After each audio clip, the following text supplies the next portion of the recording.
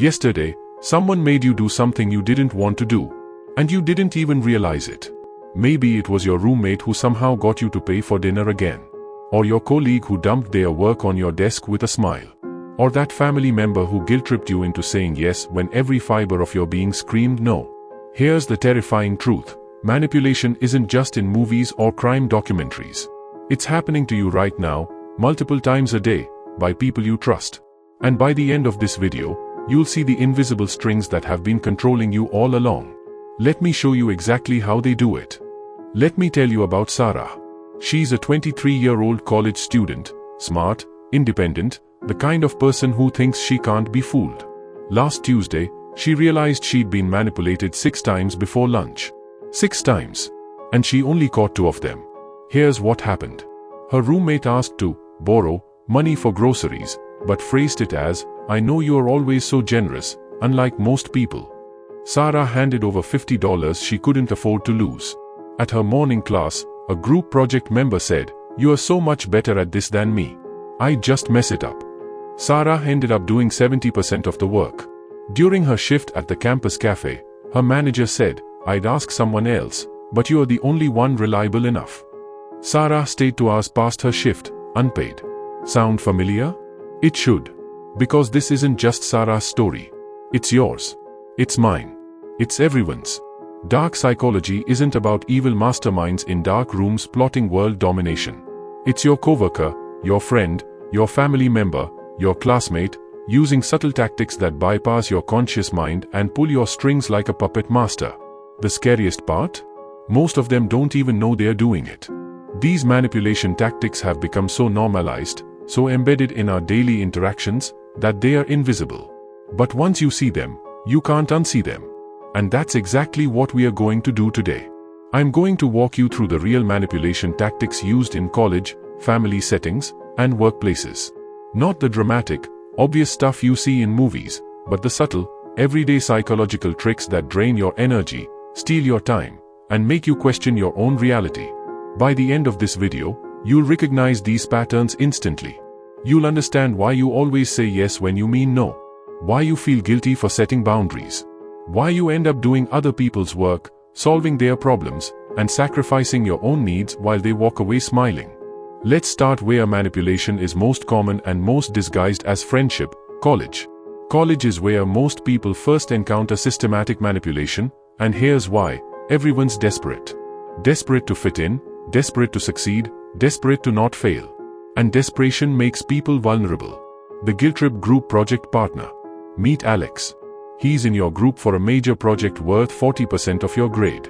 First meeting, he shows up late, apologizes profusely, and immediately says, "I'm so sorry, I'm just dealing with a lot right now. Family stuff, you know? I'm really struggling." Notice what just happened? He created sympathy before anyone could hold him accountable.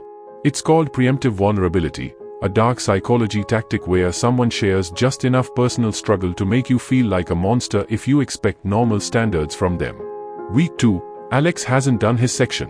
You message him. He responds, I know. I feel terrible about this.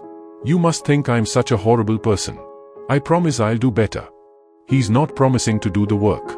He's managing your emotions about his not doing the work. Big difference. Week 3, deadline approaching. Alex suddenly says, "Listen, I know I've been useless. You are so much better at this anyway. I don't want to drag down your grade with my terrible work. Maybe you should just do my part? I trust you completely." And there it is. The manipulation sandwich, self-deprecation plus compliment plus reverse psychology.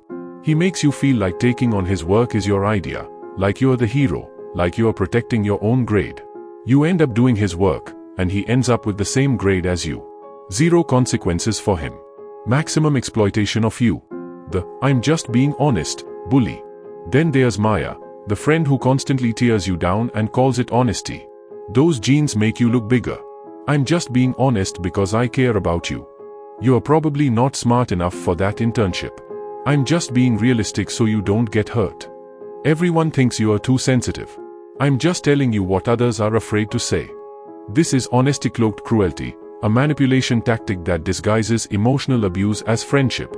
The formula is simple: insult plus "I'm just being honest" plus, because I care, equals permission to damage your self-esteem repeatedly. Here's the trick. Real honesty doesn't require an announcement. When someone has to tell you they are just being honest, they are usually just being cruel and want you to accept it without defending yourself. The social debt collector. Remember Jake who helped you move last semester? Of course you do, because he brings it up constantly. Hey, remember when I spent my whole Saturday helping you move? Could you cover my part of the pizza?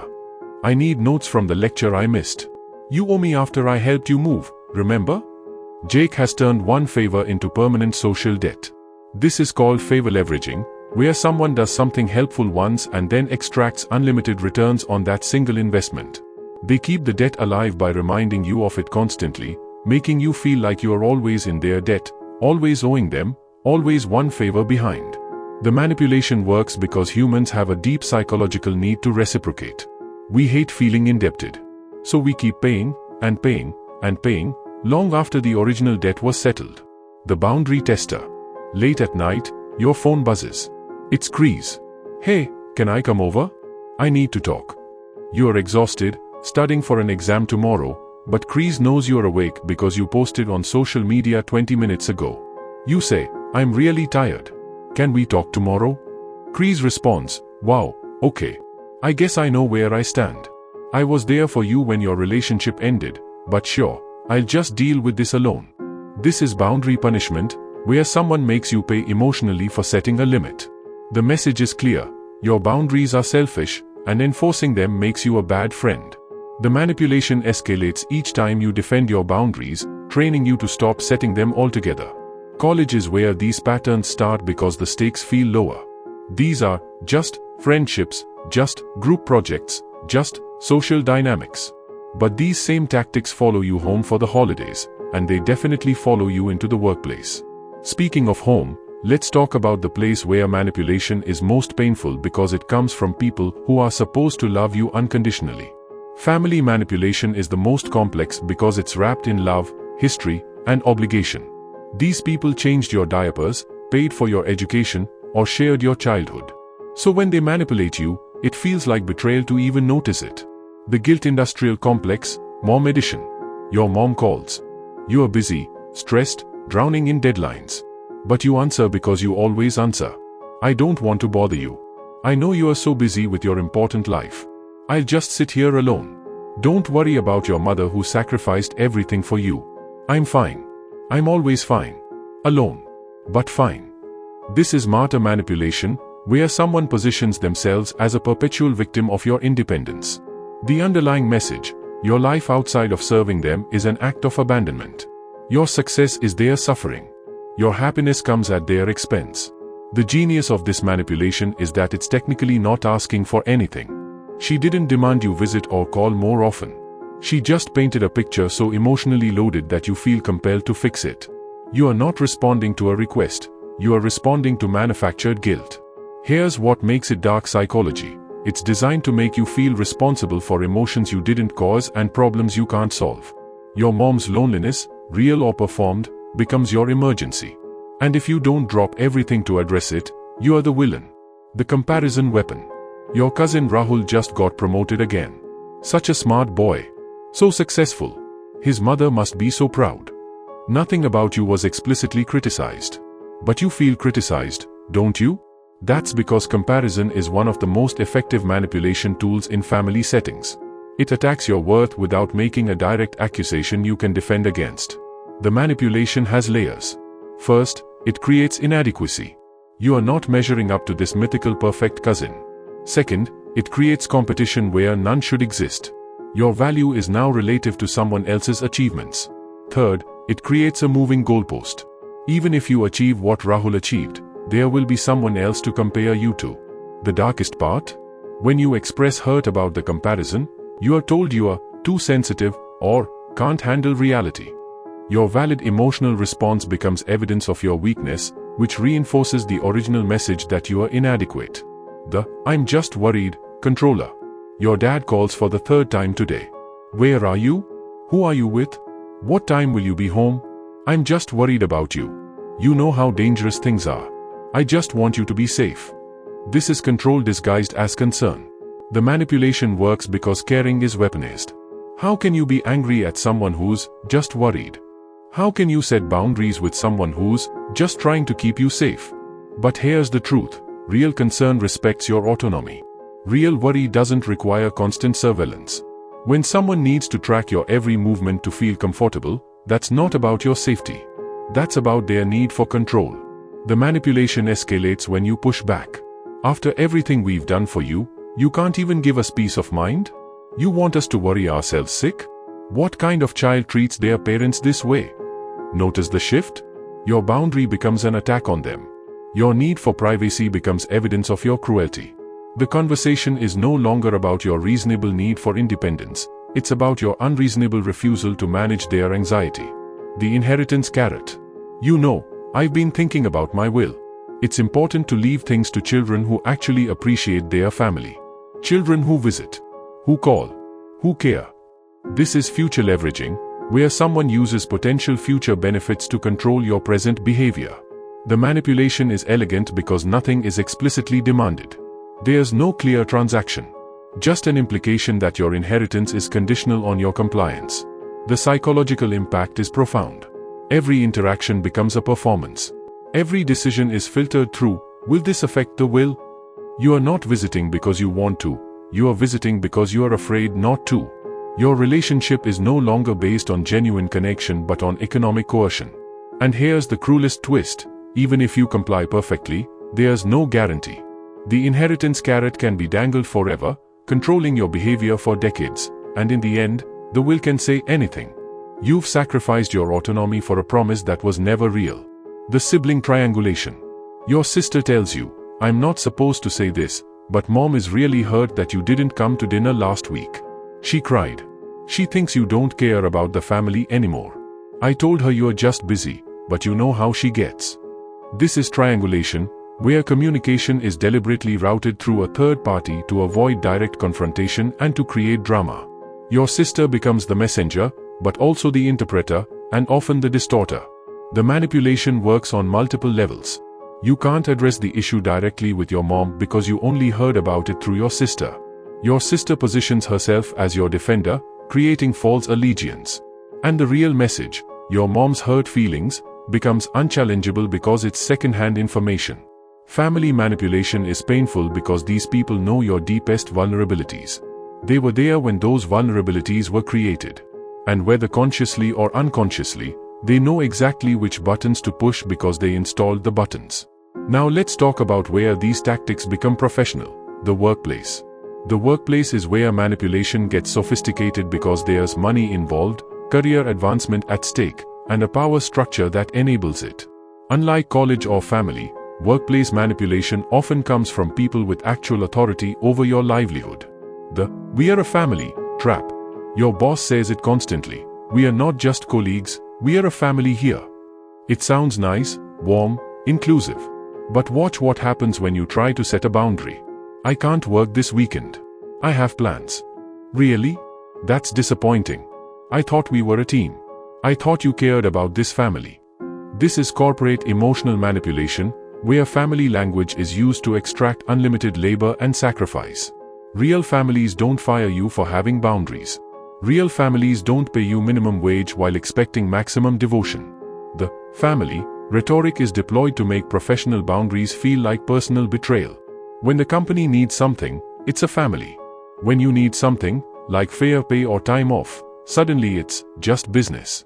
The rules shift based on who benefits. The exposure payment. We can't pay you for this project, but think of the exposure. This could really help your career. This is an incredible opportunity. This is value substitution, where real compensation is replaced with hypothetical future benefits. It's manipulation because it reframes your labor as a privilege you should be grateful for rather than a service you are providing. Here's the dark psychology. Exposure doesn't pay rent. Experience doesn't buy groceries.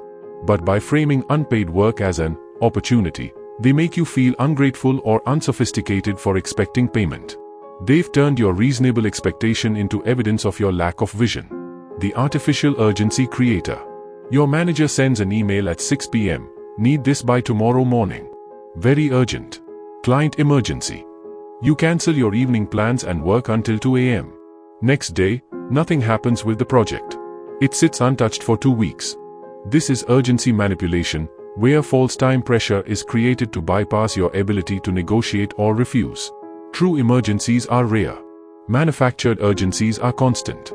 The manipulation works because you can't know in advance whether the urgency is real, so you have to treat all urgencies as legitimate. Over time, this creates a culture where poor planning on management's part becomes an emergency on your part. Their disorganization becomes your overtime. The selective credit taker. You spend weeks developing a solution to a major problem. In the presentation to upper management, your boss presents it as, "We solved this," or even, "I developed this approach." Your name is mentioned once, buried in a group acknowledgement.